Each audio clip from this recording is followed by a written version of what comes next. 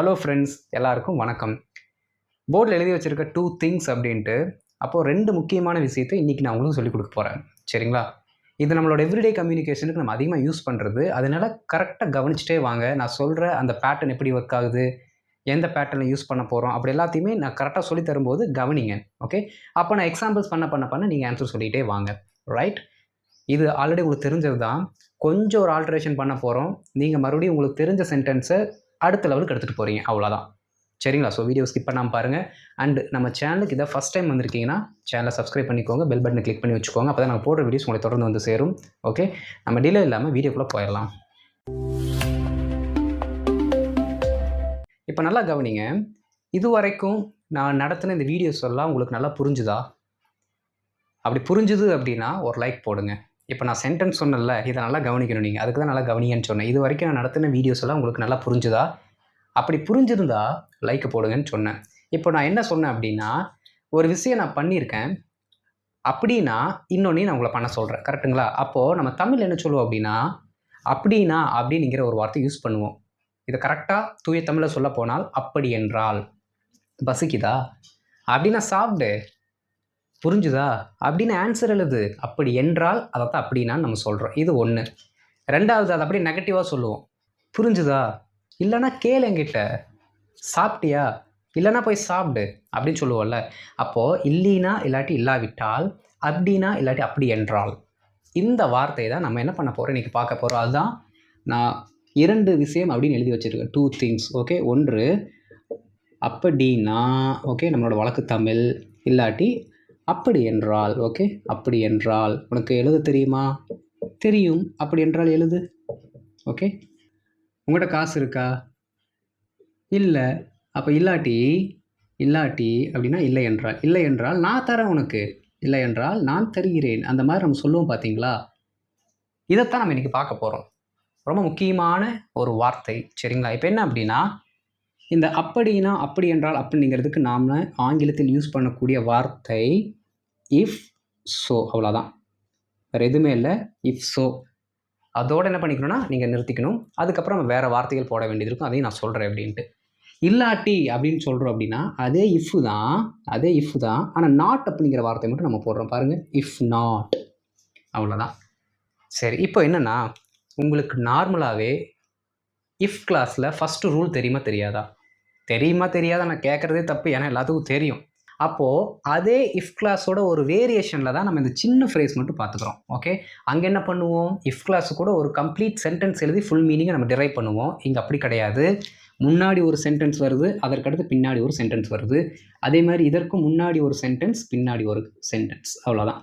Okay, இங்கே ஒரு sentence, இடையில இஃப் ஸோ, அதற்கடுத்து ஒரு சென்டென்ஸ், அங்கே ஒரு சென்டென்ஸ், இஃப் நாட்டு, அதற்கடுத்து ஒரு சென்டென்ஸ். அப்போது இந்த மாதிரி ஒரு விஷயத்தை நம்ம பேசுகிறத நெகட்டிவில் சொல்கிறதுக்கு நம்ம இஃப் நாட்டுன்னு சொல்கிறோம். அப்படின்னா அப்படின்னு சொல்லும்பொழுது நமக்கு பாசிட்டிவில் மீனிங்கும், அதுக்கு ஆப்போசிட்டில் வேணும் அப்படின்னா நம்ம இஃப் நாட் அப்படிங்கிற வார்த்தையை யூஸ் பண்ணிக்கலாம். சரிங்களா? இவ்வளோ தான் கான்செப்ட்டு. ஒரு சென்டென்ஸ் வரணும், அந்த சென்டென்ஸ் அப்படின்னா அப்படின்னு சொல்லும்பொழுது இஃப் ஸோ போட்டுக்கலாம். அந்த சென்டென்ஸ் அப்படி இல்லை அப்படின்னு நம்ம சொல்கிறோம் அப்படின்னா, அந்த மீனிங் அப்படி இல்லை அப்படின்னு சொல்கிறோன்னா இஃப் நாட்டுன்னு போடுறோம். அதற்கடுத்து இன்னொரு சென்டென்ஸை போடுறோம், மீனிங் வந்துடும். ஓகே, ரொம்ப சிம்பிள். இதற்கான ஒரு சில எக்ஸாம்பிள்ஸ் நான் உங்களுக்கு சொல்லிக் கொடுக்குறேன். அப்படியே என் கூட தொடர்ந்து என்ன பண்ணுங்கள், என்னை தாண்டி போகணும், என்னை அட்வான்ஸ் பண்ணி ஒவ்வொரு ஆன்சராக நீங்கள் எழுதிட்டு நான் கேட்க என்ன பண்ணணும், நீங்கள் பதில் சொல்லிக்கிட்டே வரணும். ஓகே, லைவ் ஆன்சர் பண்ணுவீங்களா? ஒரு தம்ஸ் அப் போடுங்க, பார்த்துடலாம்.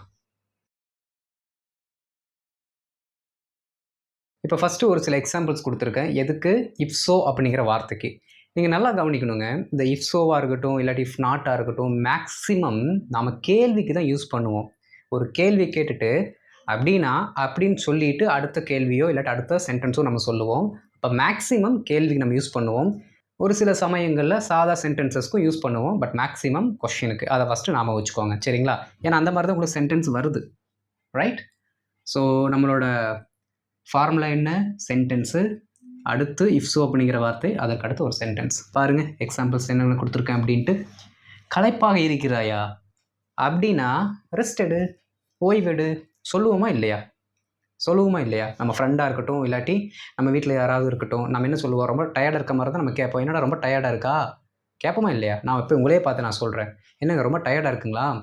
அப்படின்னா ரெஸ்ட் எடுங்க, அப்படின்னா ரெஸ்ட் எடுங்க.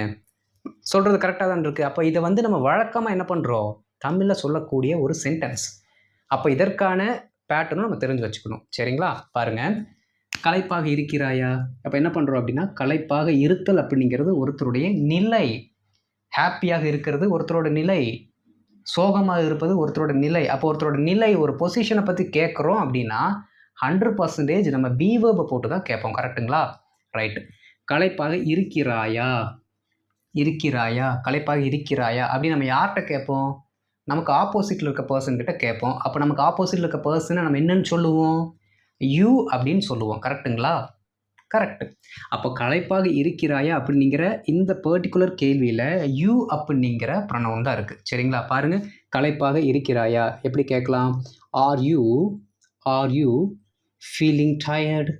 ஆர் யூ ஃபீலிங் டயர்டு ஒரு கேள்விக்குறி. Okay, are you feeling tired, களைப்பாக இருக்கிறாயா? ஓகே, அப்படின்னு என்ன அர்த்தம்? களைப்பாக இருந்தால்னு அர்த்தம். இதைத்தான் தொடர்பு படுத்துகிறது. ஓகே, இந்த இஃப்சோனிங்கிற வார்த்தை இதற்கு முன்னாடி இருக்கிற அந்த அர்த்தத்தை தொடர்பு படுத்தி சொல்லும். அந்த விஷயம் அப்படின்னா, அந்த விஷயம் அவ்வாறாக இருந்தால், எவ்வாறாக இருந்தால், நீ களைப்பாக இருந்தால் அர்த்தம். Okay, are you feeling tired? If so, களைப்பாக இருந்தால் ஓய்விடு, டேக் ரெஸ்ட், டேக் ரெஸ்ட். சிம்பிள்ங்க, சிம்பிள், ரொம்ப ரொம்ப சிம்பிள். அப்போது இதை வந்து உங்களால் எவ்ரிடே கம்யூனிகேஷனில் போட்டு பேச முடியும் தானே? ஈஸியாக தானே இருக்குது. Very good. அடுத்து வாங்க, நீ அவனை சந்தித்தாயா அப்படின்னா அவன் உங்ககிட்ட என்ன சொன்னான்? நீ அவனை பார்த்தியா? சரி, அப்படின்னா அவன் கூட என்ன சொன்னான் கேட்போம் தானே? அப்போ ரொம்ப சிம்பிள். நீ அவனை சந்தித்தாயா, இந்த இடத்துல நம்ம என்ன பண்ணுறோம் அப்படின்னா ஒரு நிலையை பற்றி பேசலை, ஒருத்தர் செய்த செயலை பற்றி பேசுகிறோம். கரெக்டுங்களா? அப்போ செயலை பற்றி பேசணும் அப்படின்னா அது சிம்பிள் ப்ரெசண்ட்டில் இருக்குது அப்படின்னா நம்ம டூ அப்படிங்கிற வார்த்தையில் கேள்வியை ஆரம்பிப்போம். பாஸ்டில் இருந்துச்சு அப்படின்னா சந்தித்தாயா அப்படின்னு, பாஸ்டில் இருந்துச்சுன்னா டிட் அப்படிங்கிற வார்த்தையை போட்டு ஆரம்பிப்போம். ரொம்ப சிம்பிள். இங்கே பாருங்கள், நீ அவனை சந்தித்தாயா அப்படின்னு இருக்கு. சரிங்களா? இப்போ நான் வந்து உங்களுக்கு சிம்பிளாக ஒரு ஐடியா சொல்லி கொடுக்குறேன். எப்படி கொஸ்டினை மாற்றலாம் அப்படின்னா, நீ அவனை சந்தித்தாயா அப்படின்னு இருக்கா, இது நீங்கள் என்ன சொல்லணும் அப்படின்னா, நீ அவனை சந்தித்தாய் அப்படின்னு ப்ரெசண்ட்டில் எழுதுங்க. ப்ரெசண்ட்டில் எழுதுங்க. நீ அவனை சந்தித்தாய். ப்ரெசண்ட்டில் எப்படி எழுதலாம் சொல்லுங்கள்? நீ அவனை சந்தித்தாய், யூ மீட் ஹிம். கரெக்டுங்களா? You meet him. நீ அவனை சந்தித்தாய் அப்படிங்கிறத ப்ரெசண்ட்டில் எழுதும்போது யூ மீட் ஹிம்னு வரும். நீ அவனை சந்திக்கிறாய். ஓகே, நீ அவனை சந்தித்தாய்னா யூ மெட் ஹிம். ப்ரெசண்ட்டுக்கு வரும்போது யூ மீட் ஹிம். ஓகே, ப்ரெசண்ட்டில் எழுதியாச்சு. இப்போ ரொம்ப சிம்பிள், நம்ம சென்டென்ஸ் எழுதியாச்சு. அது ஆல்ரெடி என்ன டென்ஸில் இருந்துச்சு? பாஸ்ட்லையா ப்ரெசண்ட்லையா? டக்கு டக்கு டக்குன்னு எனக்கு ஆன்சர் சொல்லுங்கள். பாஸ்ட்லையா ப்ரெசண்ட்லையா? பாஸ்ட்டில். அப்போ பாஸ்ட் அப்படின்னா நீங்கள் என்ன பண்ணுறீங்கன்னா முன்னாடி டிட் அப்படிங்கிற வார்த்தையை போட்டுட்டு பின்னாடி ஒரு கேள்விக்குறியை போட்டுவிட்டிங்கன்னா வேலை முடிஞ்சது. ஆன்சர் வந்துருச்சு. Did you meet him? நீ அவனை சந்தித்தாயா? ஓகே, யூ மீட் ஹிம், நீ அவனை சந்திக்கிறாய். டிட் யூ மீட் ஹிம், நீ அவனை சந்தித்தாயா? டூ யூ மீட் ஹிம், நீ அவனை சந்திக்கிறாயா? சிம்பிளாக இருக்கா? இப்படி தான் கேள்வியை நீங்கள் என்ன பண்ணணும், உருவாக்கி பழகணும். ஓகே, ஒரு நார்மலாக ஒரு வேர்ப் இருக்குது, அந்த வேர்ப் ரெண்டாக பிரிஞ்சுதுன்னா, ஃபார் எக்ஸாம்பிள் மெட்டுங்கிற வார்த்தை டிட் ப்ளஸ் மீட்டுன்னு பிரியும். அதற்கு இடையில என்ன பண்ணுங்கள், ஒரு நவுனை போடுங்க அப்படின்னு இன்னொரு ஆங்கிள் இருக்குது. அது உங்களை எல்லா நேரமும் ஹெல்ப் பண்ணாது, குழப்பும். ஒவ்வொரு டைம் யோசிக்க முடியாது. அப்போ நீங்கள் என்ன பண்ணிக்கலாம்னா, எந்த ஒரு சென்டென்ஸாக இருந்தாலும் அதை சிம்பிள் ப்ரெசென்ட்டில் V1 ஃபார்மெட்டில் எழுதிட்டு, அதை ப்ரெசென்ட்டு நீங்கள் கேட்குற கேள்வியாக இருந்தால் முன்னாடி டூவை போடுங்க. பாஸ்ட்டில் நீங்கள் அந்த கேள்வியை கேட்கணும் அப்படின்னா முன்னாடி டிட்டை போட்டால் வேலை முடிஞ்சு. அதை தான் நம்ம பண்ணியிருக்கோம். ரைட், புரிஞ்சுது தானே? அவ்வளோதான். பாருங்கள், டிட் யூ மீட் ஹிம், நீ அவனை சந்தித்தாயா அப்படின்னா இஃப் ஸோ, அவன் உன்னிடம் என்ன சொன்னான்? அவன் உன்னிடம் என்ன சொன்னான்? நல்லா கவனிக்கணும். இதுவும் ஒரு கேள்வி தான் கேட்குறோம். அப்போ நீங்கள் என்ன சொல்லணும் அப்படின்னா அவன் உன்னிடம் சொன்னான், அவன் உன்னிடம் சொன்னான். ஓகே, அதை நீங்கள் எழுதணும். சரிங்களா? பாருங்கள், அவன் உன்னிடம் சொன்னான்ங்கிறதுக்கு நாம் ப்ரெசென்ட்டில் என்ன சொல்லுவோம்? அவன் உன்னிடம் சொல்கிறான் நம்ம எழுதுவோம். பாருங்கள், he tell you, he tell you. டெல்ஸ்னு போடக்கூடாது, ஏன்னா கொஸ்டினை மாற்றும் போது டெல்லு மட்டும்தான் வரணும். ஓகே, ஏன்னா நம்ம கொஸ்டினை மாற்றிட்டுருக்கோம். ரைட், அவன் உன்னிடம் சொல்கிறான், என்ன சொன்னான் தான் போட்டிருக்கோம், பாஸ்ட். அப்போ டிட்டை போடுங்க. Okay, did he tell you, அவன் உன்னிடம் சொன்னானா? நமக்கு என்ன வேணும், என்ன சொன்னான்னு வேணும். அப்போ முன்னாடி வாட்ங்கிற வார்த்தை போட்டால் வேலை முடிஞ்சுது. பாருங்க, what did he tell you. Okay, அவன் உன்னிடம் சொல்கிறான், டிட் ஹீ டெல் யூ, அவன் உன்னிடம் சொன்னானா? What did he tell you, அவன் உன்னிடம் என்ன சொன்னான்? சிம்பிள். இதை விட ஈஸியாக நீங்கள் கற்றுக்கவே முடியாது. ரொம்ப சிம்பிளான பேட்டர்னை சொல்லி கொடுத்துட்டேன். இப்போ சொல்லி பாருங்கள் ஒட்டு மொத்தமாக. Did you meet him? Did you meet him? If so what did he tell you? What did he tell you? நீ அவனை பார்த்தியா அப்படின்னா அவங்ககிட்ட என்ன சொன்னான்? சிம்பிள். இப்போ கேள்வி எப்படி ஈஸியாக மாற்றுறதுன்னு புரிஞ்சிருச்சா? அவ்வளோதான். அவர்கள் வருகிறார்கள், அப்படி என்றால் நாம் தயாராக இருக்க வேண்டும். அவர்கள் வருகிறார்கள் ரொம்ப சிம்பிள், ப்ரெசன்ட் டென்ஸில் இருக்குது. அதனால தே ஆர் கம்மிங்னு போட்டுக்கோங்க. ஏன்னா அவங்க வந்துட்டுருக்காங்க இப்போ. ஓகே, தே ஆர் கம்மிங் அப்படின்னா இஃப் ஸோ நாம் தயாராக இருக்க வேண்டும். வேண்டும் அப்போது வி மஸ்ட் பி ரெடி. அவ்வளோதான். We must be ready. இதெல்லாம் சிம்பிளான சென்டென்சஸ்ங்க, டக்கு டக்குன்னு எழுதிடலாம். அடுத்து பாருங்கள், எனது சாவியை பார்த்தீர்களா அப்படின்னா எங்கே அதை கடைசியாக பார்த்தீங்க? என் சாவி பார்த்தீங்களா? ரொம்ப சிம்பிள். எனது சாவியை பார்த்தீர்களா? எனது சாவியை பார்க்கிறீர்கள். எனது சாவியை பார்க்கிறீர்கள் அப்படின்னு என்ன அர்த்தம்? யூ சி மை கீஸ், இல்லாட்டி கீ. ஓகே, கீஸ் கீ எது வேணால் வச்சுக்கோங்க, ஆன்சர் கரெக்டாக தான் வரும். You see my keys. Okay, நீங்கள் எனது சாவியை பார்க்கிறீர்கள். பார்த்தீர்களா பாஸ்டில் கேட்குறோம். அப்போ ரொம்ப simple. Did you see my keys? நீங்கள் என்னோடய சாவியை பார்த்தீங்களா? ஓகே, அப்படின்னா இஃப் ஸோ எங்கே அதை கடைசியாக பார்த்தீங்க? இப்போ WH வந்துருச்சு. அப்போ ஒரு சென்டென்ஸ், அதுக்கு முன்னாடி டூவோ டிட்டோ ஏதோ போட்டுக்கணும். அதற்கப்புறம் அந்த எங்கேங்கிற வார்த்தை. அதை கடைசியாக எங்கே பார்த்தீங்க? அப்போது கடைசியாக அதை பார்க்கிறீர்கள் அப்படின்னு சொல்லுங்கள் பார்க்கலாம். கடைசியாக அதை பார்க்கிறீர்கள். Okay, you see it last. You see it last, இல்லாட்டி யூ சி தெம் லாஸ்ட்னு சொல்லுங்கள். ஏன்னா இங்கே கீஸ்ன்னு போட்டிருக்கோம், அங்கே இட்டுக்கு பதிலாக தெம்மை போட்டால் இன்னும் கரெக்டாக இருக்கும். Okay, you see them last, நீ அதை கடைசியாக பார்க்கிறாய். பாருங்கள், அடுத்து டிட்னு வார்த்தை போடுறேன். Did you see it last, அதை கடைசியாக பார்த்தாயா? முன்னாடி என்ன பண்ணுறேன்? வேர் அப்படிங்கிற வார்த்தையை போடுறேன். வேலை முடிஞ்சது. Where did you see it last? Where did you see them last, அதை கடைசியாக நீ எங்கே பார்த்த? Where did you see them last. புரிஞ்சது தானே? இதுக்கப்புறம் வந்து பார்த்தீங்கன்னா இந்த மாதிரி பிரித்து எழுதிட்டு இருக்க மாட்டேன், அப்படியே கோர்வை எழுதிட்டு போயிடுவேன். 2 எக்ஸாம்பிள் சொல்லி கொடுத்துருக்கேன், இதை வச்சு ப்ராக்டிஸ் பண்ணுங்கள். ஓகே, பாருங்கள். Did you see my keys? என்னோட சாவியை பார்த்தியா? இஃப் ஸோ அப்படின்னா அதை கடைசி எங்கே பார்த்த? Where did you see them last? Where did you see it last? Okay, அங்கே நீச்சல் குளம் இருக்கும். நம்மகிட்ட யாராவது சொல்கிறான்னு வச்சுக்கோங்களேன், அங்கே நீச்சல் குளம் இருக்கும்டா, உடனே நம்ம சொல்லுவோம். அப்படின்னா நான் ஹாப்பியாக குளிப்பேன், அப்படின்னா நான் ஹாப்பியாக ஸ்விம் பண்ணுவேன் அப்படின்னு நம்மளும் சொல்லுவோம். ரைட்? இல்லாட்டி நாமளே சொல்லலாம், அங்கே நீச்சல் குளம் இருக்கும்டா, நான் ஜாலியாக என்ன பண்ணுவேன், அது இருந்தால் நான் குளிப்பேன் அப்படின்னு நம்ம சொல்லுவோம். ஓகே, பாருங்கள். there will be a swimming pool. Okay, there will be a swimming pool. if so இருந்தால் I will take a bath, இல்லாட்டி I will happily take a bath. ரெண்டும் கரெக்டு தான். ஓகே, மகிழ்ச்சியான I will happily அப்படிங்கிற வார்த்தையை சேர்த்துக்கோங்க. I will happily take a bath, இல்லாட்டி I will happily swim. Correct தான். ஓகே, பாருங்கள். there will be a swimming pool. there will be a swimming pool, அங்கே வந்து நீச்சல் குளம் இருக்கும். if so இருந்தால் எது? அது அப்படி இருந்தால் என்ன பண்ணுவேன்? I will take a bath, நான் அங்கே குளிப்பேன். சிம்பிள். புரிஞ்சுதா? அடுத்து அதுக்கு போயிடலாமா? if not இருக்குல்ல, அதுக்கு போயிடலாங்களா? போயிடுவோம்.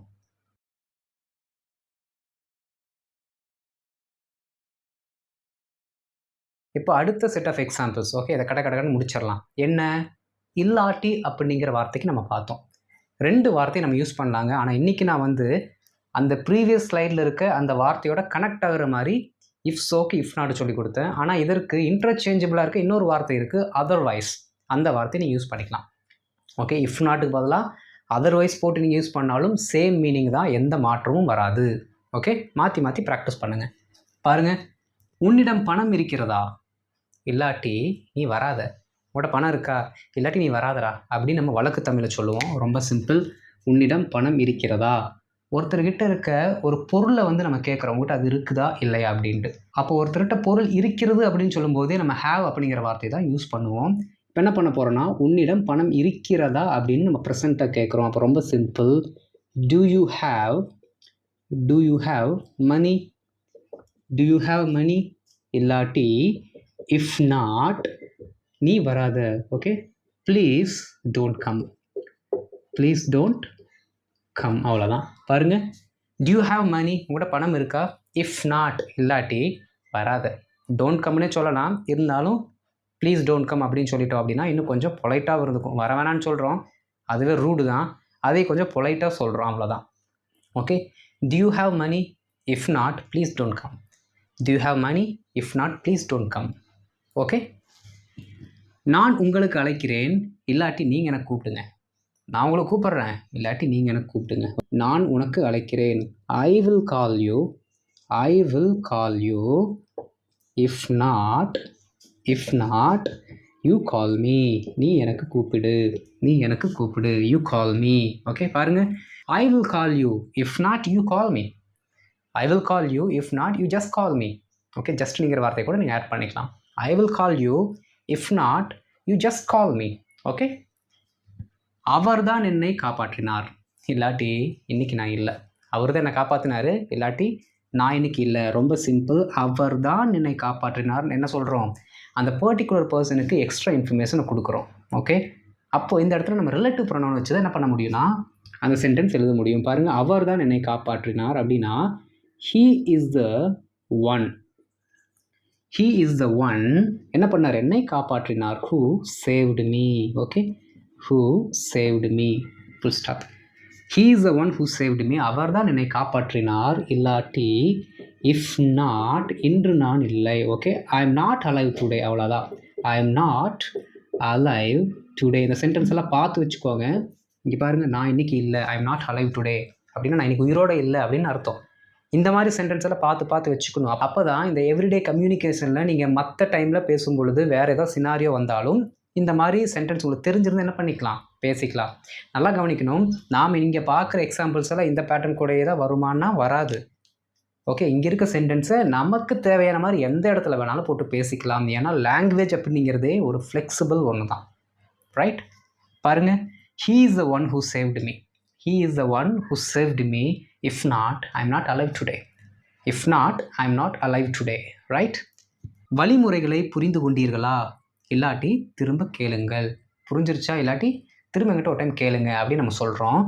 வழிமுறைகளை புரிந்து கொண்டீர்களா, ஓகே, அது உங்களுக்கு புரிஞ்சிருச்சா, உங்களுக்கு விளங்கிருச்சா அப்படின்னு கேட்குறோம். அப்போ இந்த மாதிரி கேள்வியில் கேட்கும்போது நாம் ஹேவ் அப்படிங்கிற வார்த்தையை வச்சு கேட்கணும். ஹேவ் அப்படிங்கிற வார்த்தையை வச்சு கேட்டால் அதற்கு கூட வரக்கூடிய வேர்பு V3 தான் வரணும், நமக்கு தெரியும். அது ரொம்ப சிம்பிள். பாருங்கள், வழிமுறை உங்களுக்கு புரிஞ்சிருச்சா. ஓகே, ஹேவ் யூ அண்டர்ஸ்டுட், அண்டர்ஸ்டாண்டுன்னு போட்டக்கூடாது, ஏன்னா இங்கே ஹேவ் வந்திருக்கு, அதனால இது V3. Okay, have you understood the instructions. Okay, உங்களுக்கு வழிமுறைகள் புரிஞ்சிருச்சா, இல்லாட்டி இஃப் நாட் தயவுசெய்து எங்கிட்ட திரும்பி கேளுங்க. Okay, please ask me once again. Okay, பாருங்க, have you understood the instructions? If not, please ask me once again. அப்படியே கூட சேர்ந்து சொல்லிட்டு வரீங்கன்னு நான் நினைக்கிறேன். ஒரு சார் எழுதிட்டே வந்துட்டுருக்கார், ஒரு மேடம் எழுதிட்டே வந்துட்டுருக்காங்க. Very good, super madam. சரி, பாருங்கள், அடுத்து எங்களுக்கு ஆர்கெஸ்ட்ரா போட்டே ஆகணும், இல்லாட்டி நாங்கள் பிரச்சனை செய்வோம். எங்களுக்கு ஆர்கெஸ்ட்ரா போட்டே ஆகணும், ஆடலும் பாடலும் போட்டே ஆகணும் அப்படின்னு சொல்லுவாங்களே, அந்த மாதிரி ஆர்கெஸ்ட்ரா போட்டே ஆகணும், இல்லாட்டி பிரச்சனை செய்வோம். பாருங்கள், எங்களுக்கு ஆர்கெஸ்ட்ரா போட்டே ஆகணும். ரொம்ப simple. we must have an orchestra. Okay, we must have an orchestra. எங்களுக்கு கண்டிப்பாக ஆர்கெஸ்ட்ரா போட்டே ஆகணும். மஸ்ட் ஹேவ்னா எங்களுக்கு இருந்தே ஆகணும் அப்படின்னு அர்த்தம். எப்போ, ஃப்யூச்சரில் எங்களுக்கு அது கண்டிப்பாக இருந்தே ஆகணும். அதான் மஸ்ட் ஹேவ் அப்படிங்கிற வார்த்தையை நம்ம பேசுகிறோம். Okay, we must have an orchestra, எங்களுக்கு ஆர்கெஸ்ட்ரா போட்டே ஆகணும், இல்லாட்டி இஃப் நாட் நாங்கள் பிரச்சனை செய்வோம். Okay, we will trouble you. அவ்வளோதான், நாங்கள் உங்களுக்கு கண்டிப்பாக பிரச்சனை கொடுப்போம், கண்டிப்பாக தொல்லை கொடுப்போம், அதை தான் நம்ம சொல்கிறோம். பாருங்கள், we must have an orchestra. If not, we will trouble you. இதெல்லாம் பார்த்துட்டோமா? இப்போது இந்த இஃப் நாட்டுக்கு பதிலாக அதர்வைஸ் சொல்லி பாருங்கள், கரெக்டாக வரும். பாருங்களேன், do you have money? If not, please don't come. Do you have money? Otherwise, please don't come. Correct? I will call you. If not, you call me. I will call you. Otherwise, you call me. Correct தான். He is the one who saved me. He is the one who saved me. If not, I am not alive today. He is the one who saved me. Otherwise, I am not alive today. Right? Have you understood the instructions? If not, please ask me once again. Have you understood the instructions? Otherwise, please ask me once again. Right? We must have an orchestra. If not, we will trouble you. We must have an orchestra. Otherwise, we will trouble you. Simple. புரிஞ்சுதா? அவ்வளோதான். ரொம்ப ரொம்ப ஈஸியான ஒரு format நம்ம இன்னைக்கு கற்றுருக்கோம். Okay, so நல்லா practice பண்ணுங்கள். இதை பேஸ் பண்ணி ஒரு சில ஹோம்ஒர்க் கொடுக்குறேன், ட்ரை பண்ணுங்கள்.